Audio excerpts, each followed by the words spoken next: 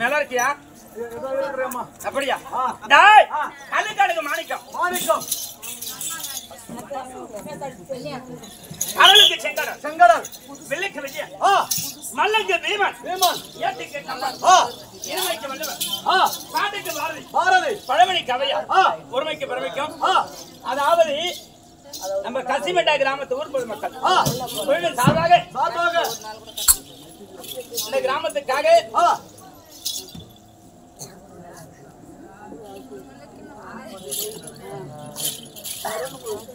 எங்களை மனமா நடித்து வைத்துக் கொள்கிறேன்.